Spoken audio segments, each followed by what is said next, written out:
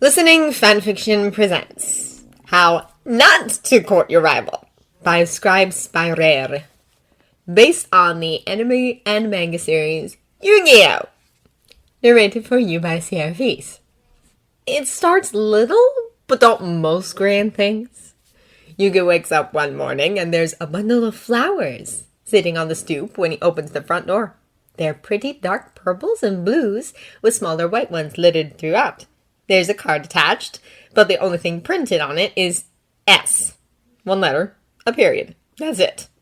He shrugs his shoulders, takes the flowers inside, and finds a vase for them. They sit in the kitchen for a week or two before they finally die, and he has to throw them out. The next set of flowers to show up are really similar to the first batch, only fake. Yugi's not sure what they're made of exactly, but the petals are a soft, gleaming fabric that's incredibly thin. It feels like satin between his fingers, luxurious and beautiful. Again, the card is signed only S. After some brief research, he finds out satin flowers can actually be super expensive, especially ones as lifelike as these, so he goes door to door to make sure none of his neighbors are missing them. Maybe somebody's secret admirer left them in the wrong place. Everyone exclaims over how beautiful they are, but nobody claims them. Secretly pleased, Yugi takes them home, cleans out the vase he'd used before, and this time sets them up on his dresser. A couple of days later, a bakery delivery truck shows up in the game shop's parking lot. The delivery guy is jovial, as he has Yugi sign for this enormous, and he means freaking massive, cake box. I took your guy's order when he came in. Good looking and rich, the delivery guy says as he hands the box off, then winks. Let's go and catch that. Yugi takes the cake inside in a complete state of confusion. His guy? What guy? Who caught anything here? What in the world is going on? The cake turns out to be like 4 layers of chocolate and creme, and Yugi has to call all his friends over just to make sure it gets eaten. There's no way he and Grandpa could finish that no matter how much Yugi loves chocolate. Things start to piece themselves together when he sits down with the 3 notes from each gift. All are signed mysteriously with S. But Yugi doesn't know many guys whose names, first or last, start with S, and of those, there's only one he'd consider to be good-looking and rich. The others are mostly acquaintances, people he met back in school or while dueling, and all highly unlikely to be sending him gifts. More unlikely than Kaiba, though? Because that seems doubtful, unless there's some kind of agenda or plan here that Yugi isn't seeing. Does Kaiba want to buy the shop again? It takes gift number 4 to finally get Yugi to take action. Surprisingly, number 4 is a discreet jewelry box tucked into the mailbox, long and thin and black. He takes it inside and then nearly drops it on the kitchen floor when he opens it. Nestled within the velvet is a necklace with a simple gold chain adorned only with a tiny eye of Horus. Its lines strong but delicate, the pupil a single amber jewel. It's absolutely beautiful, breathtaking in its simplicity, and when he lifts it from the box, he finds the chain surprisingly short, designed to fit like a choker. There's no way in hell he can accept this, whatever it's meant to be. A gift, a bribe, some kind of compensation? He has no freaking clue. Very carefully, he places the necklace back in its box, then marches all the way to Kaiba Corp's HQ. Or, well, he takes a cab, but the frustration and confusion fueling him are definitely still there. Luckily, Yugi's distinctive enough. He makes it all the way up to the penthouse office before he's stopped at the door by Kaiba's personal secretary. Mr. Kaiba doesn't have any appointments right now, and he's not seeing anyone, she says primly. But Yugi's on a mission here. He crosses his arms over his chest and tells her, "Call him! He'll let me in." She looks a little conflicted and also kind of confused on how Yugi got up here in the first place. But she asks his name and presses the button for the intercom. "Sir, there's a Mr. Muto here to see you. Should I send him away?" She takes her finger off the button, and there's a brief moment of silence where they just stare awkwardly at each other. Then the intercom crackles, and Kaiba's voice comes through. "No, send him in." The secretary looks surprised, her painted lips pinching a little, But then she seems to shrug her shoulders in defeat. Go on in whenever you're ready, she says, and goes back to whatever she was doing on her computer. Whatever frustration YuGi was using as momentum seems to abandon him the moment he hits those double doors. The office is huge, with 3 walls made entirely of windows that look out onto forever. There are some bookcases by the door, but the room is dominated by the giant wooden desk Kaiba is currently sitting behind. There are no chairs in front of it. Cool. It's actually the first word that pops into Yugi's mind whenever he looks into Kaiba's blue eyes. Cool like ocean water. Cool the way distant icy mountaintops are cool. Unreachable, that's another word. As much as they've been through together, Yugi has rarely, if ever, seen a crack in that rock-solid composure. Yugi opens his mouth, closes it, considers what the heck he's doing here. Then he gathers up what's left of his confusion and marches up to that giant desk and holds out the jewelry box. What is this? One slim eyebrow arches. A jewelry box, I'm assuming. Why do I care? Because you gave it to me. This time, both eyebrows go up, but still Kaiba doesn't move from his safe spot behind the desk. I hate to break it to you, but no. You did! Fishing in his pocket, Yugi finds the 3 loose notes and pulls them out and waves them in the air. S! See? I don't know anyone else whose name starts with an S. I didn't send you anything. But there's a flash of something across Kaiba's face. Yugi isn't sure what it is, can't identify it, but he knows. Without missing a beat, he goes around the side of the desk and rips up to Kaiba in that fancy leather chair of his. Since Kaiba's sitting, it puts them at almost even height, which is rare for that. Why are you lying to me? He demands, trying to be as stern as he can. But Kaiba doesn't budge, doesn't turn toward him, doesn't even glance over. He's got his elbows on his desk, hands loosely clasped in front of his face. I think it's time you leave, he said. Yugi narrows his eyes, but he knows a losing fight when he sees one. As much as he'd love to badger an answer out of Kaiba, it simply isn't going to happen today. So he leaves. He doesn't say a word, just walks out of the office and doesn't attempt to slam the doors behind him because they're huge and he'd probably just hurt himself. And he's completely intending to march right past the secretary's desk, too, when she calls out to him. Mr. Muto? He stops, turns. She's smiling at him and holding a small wrapped something. Here, I remembered that I was supposed to have this sent to you tomorrow, but it saves me some work if you just take it now. Yugi can feel the surprise on his face. For me? Are you sure? She nods. One Muto Yugi, right? Well, that is him. He takes the bundle from her and unwraps it while the secretary tells him, Mr. Kaiba gave it to me the other day. I already have your address on file from a few other deliveries, but it's honestly kind of an unusual request. Kaiba Corp doesn't make deliveries normally. We have subsidiary companies that do that for us. But Yugi isn't listening. The little package turns out to be 5 dual cards, each in their own plastic casing. It's Exodia! Yugi throws his hands up in complete exasperation, startling the secretary, and storms off. If you count the Exodia cards, the next gift makes 6. It comes in the mail, a mundane white envelope with a couple of plastic cards within. They turn out to be some kind of lifetime passes for Kaiba Land that include unlimited food, drinks, and games. On a whim, he looks up exactly how expensive the passes are, and then nearly falls out of his chair because, god damn! And Kaiba is just giving these to him for free? He has to put his head down on his desk for a little to contemplate that. He doubts even the necklace was that expensive, or Exodia, for that matter. On an even bigger whim, he decides to actually use the passes. He won't wear the necklace, and Exodia has been set aside instead of being put into his deck, but maybe he can give this a try. It's similar to the cake, right? It'd probably be more fun with friends, but now that he actually knows who his mysterious gift giver is, well, he doesn't really want to share it. Lord knows Joey would be completely against the idea in every regard. So he stuffs his hair into a hat as best he can, dons a pair of sunglasses, and goes to the amusement park. It's kind of ridiculous, the looks the workers give him when he pulls out the passes like they've suddenly realized he's royalty or something. He's never gotten such preferential treatment before, not even as the king of games, and that was a pretty good deal. All the workers fall over themselves to help him, even above a couple of other people Yugi sees with similar passes. Maybe his are special somehow? But besides finding a little cafe with amazing burgers, Yugi gets no closer to understanding just what in the world Kaiba is up to. He spends some time playing a few games, wins little Kabibo plushie, looks sadly at the giant one he really wanted, and then goes home. Number 7 is the huge plushie he hadn't been able to win.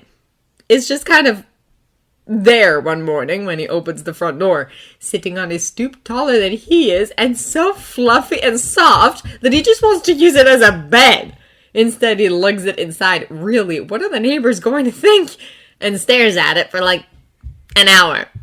When that gets him nowhere, he decides to write down everything he knows for certain and see if that helps him paint a more coherent picture. The list goes something like this. 1. Kaiba is sending him things. Expensive things. 2. Kaiba also lied about sending him these things. 3. There must have been someone watching Yugi while he was at Kaiba Land because how else would Kaiba know that he wanted the plushie? 4.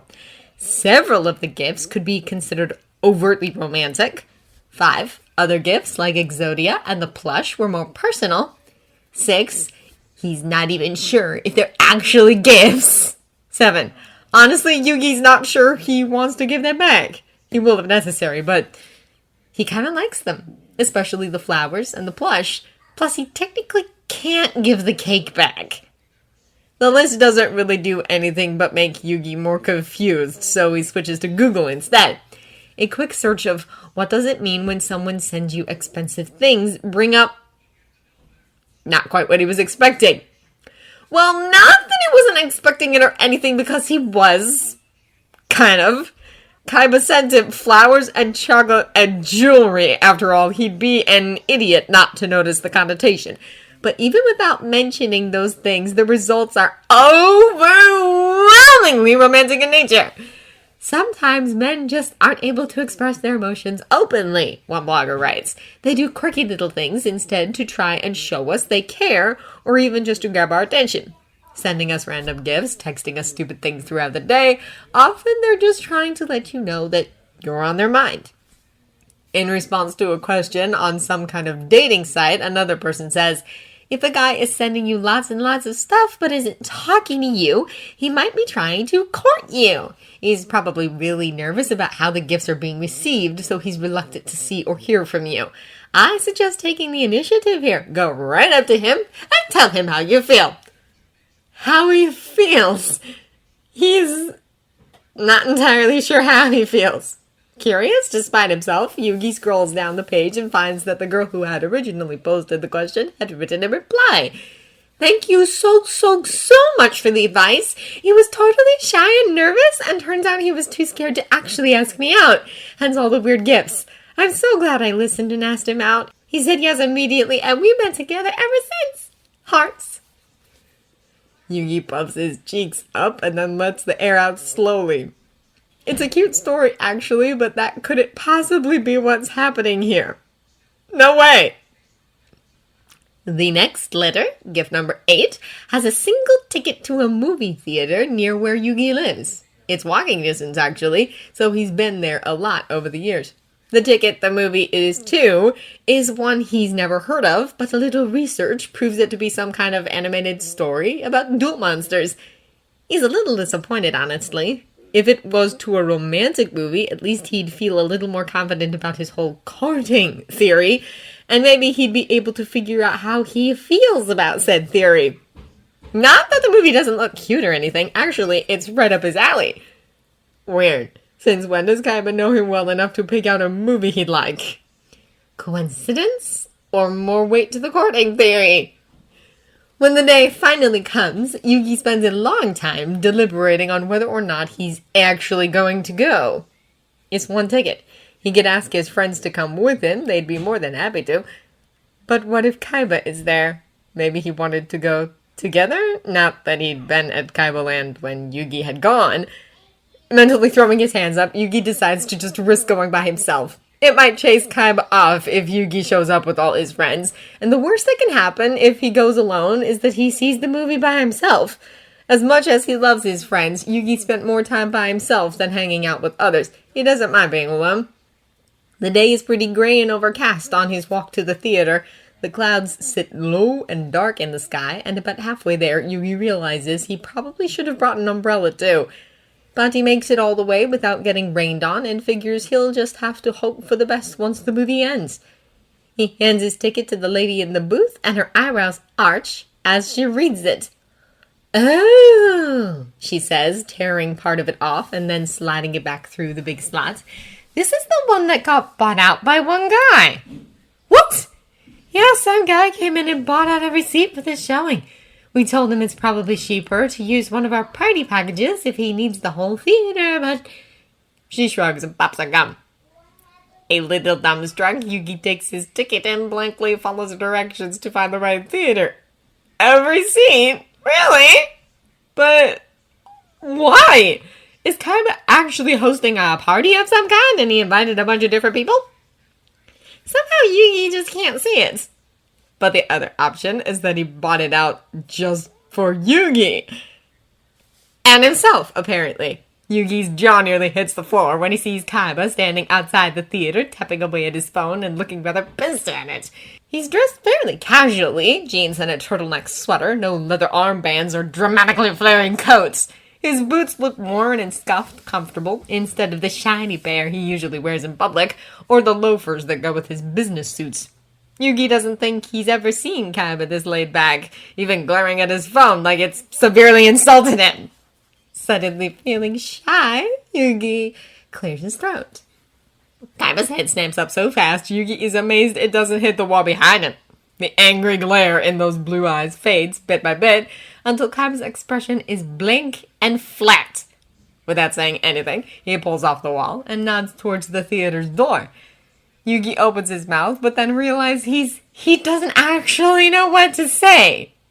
He goes inside. The theater is still lit up, and Yugi stares at the rows upon rows of seats trying to figure out where he should sit down. This is too much power for two men really having the entire theater to themselves. After a brief second, Yugi goes about halfway up, and then spends a second trying to find the exact middle of the screen. Silently, Kaiba follows, and then claims the seat to Yugi's right. And then they just sit there. In silence. The screen is filtering through those pre-preview ads that don't have any sound. "So what?" Yugi starts, drawing the word out and staring resolutely ahead. But out of the corner of his eye, you can see Kaiba lift his hand and snap his fingers impatiently. Almost immediately, the theater dims, and the screen flickers as the previews start. Then it flickers again and jumps straight to the opening credits of the film. Talk about perks! That had to be expensive. And illegal. But Yugi can never just leave well enough alone. It's just not who he is. If he did, a Tem would still be trapped in a dusty old puzzle.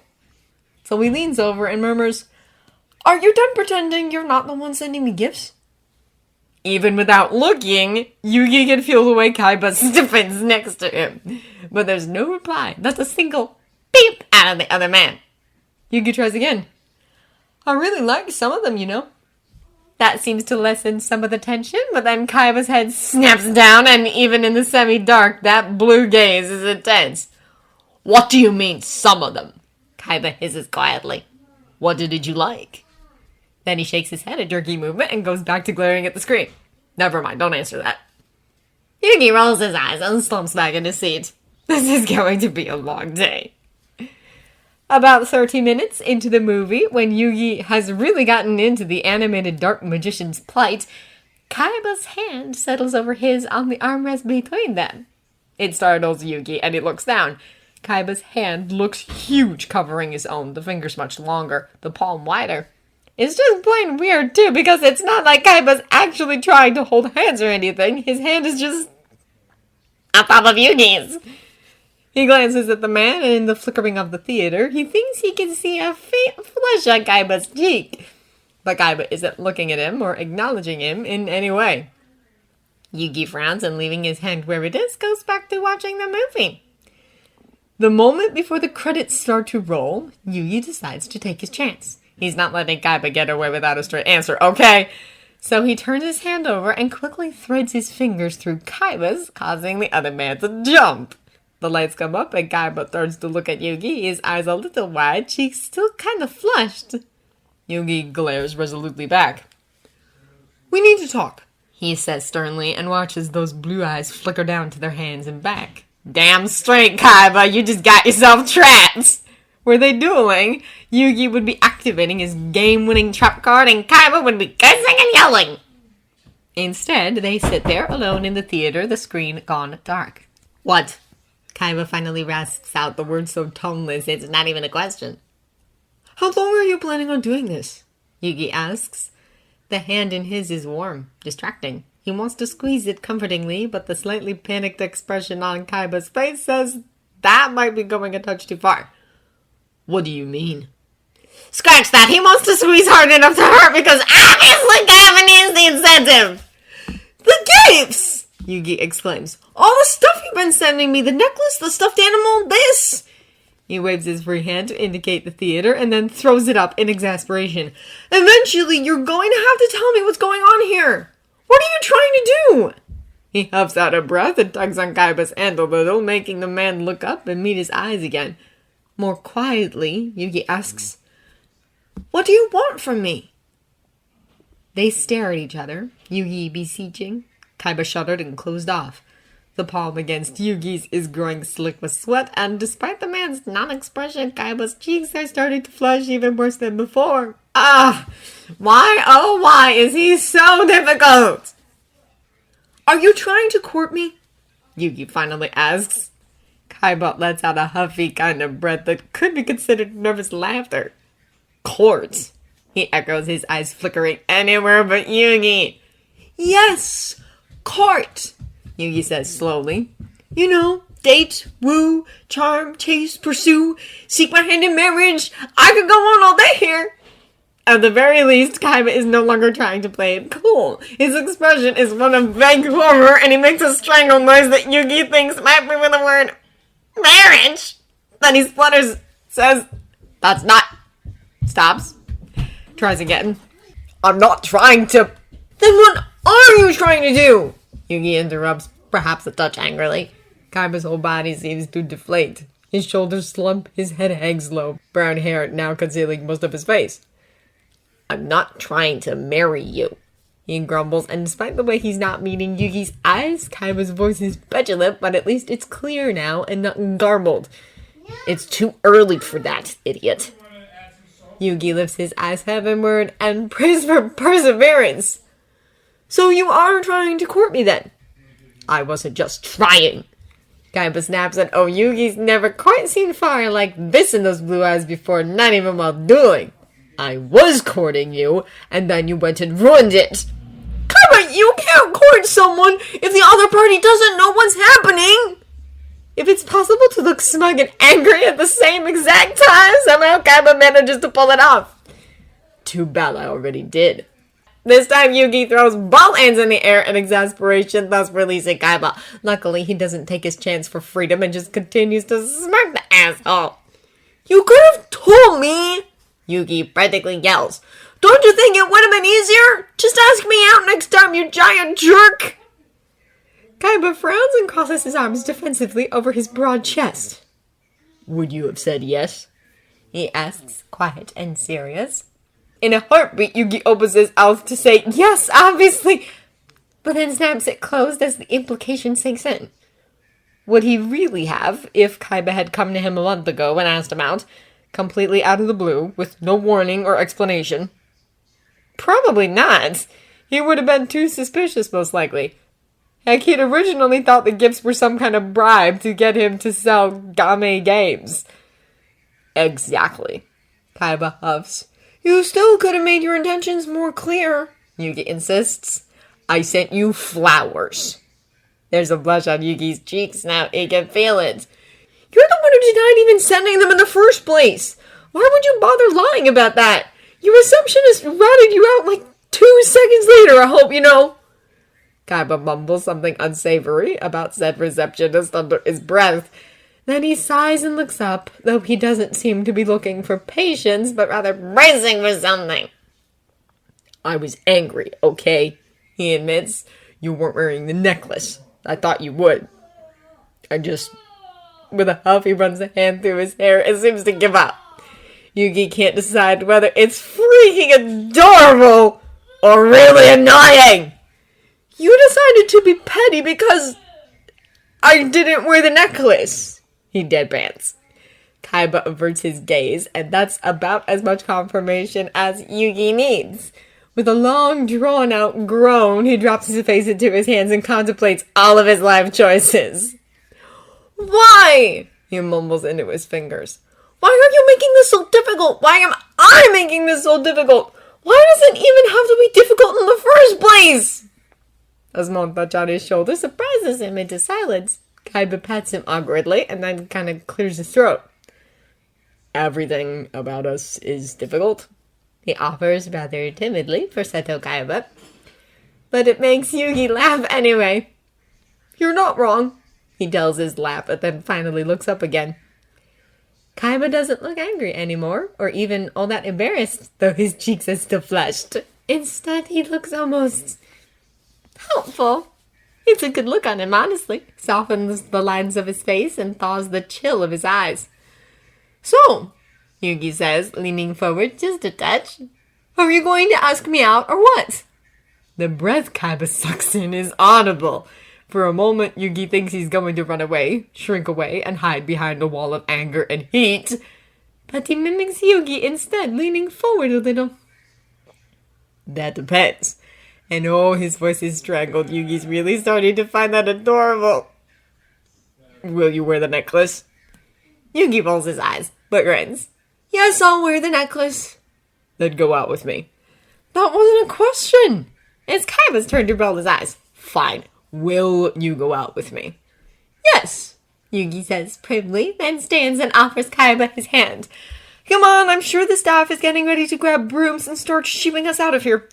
The motion is a touch hesitant, but Kaiba takes his hand, twining their fingers together. They leave the theater like that, Yugi leaning into Kaiba's larger, taller presence as they walk through the lobby towards the exit. Despite his fear of rain earlier, the sky is bright and sunny when they step outside.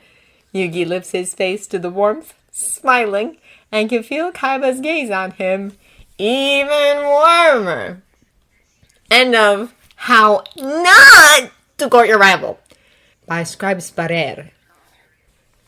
If you enjoyed this recording or the content, feel free to leave a comment below or a review of the original story from the link in the descriptions. Thank you for listening, and special thanks to all my members at the time of this recording.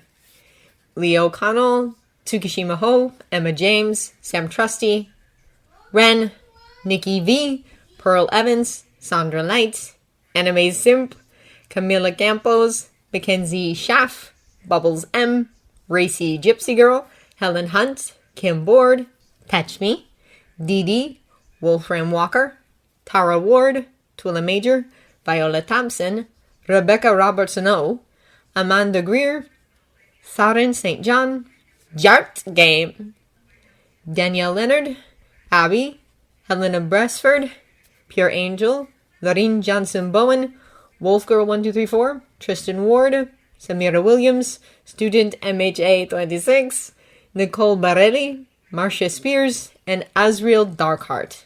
Thank you so much for your support of this channel.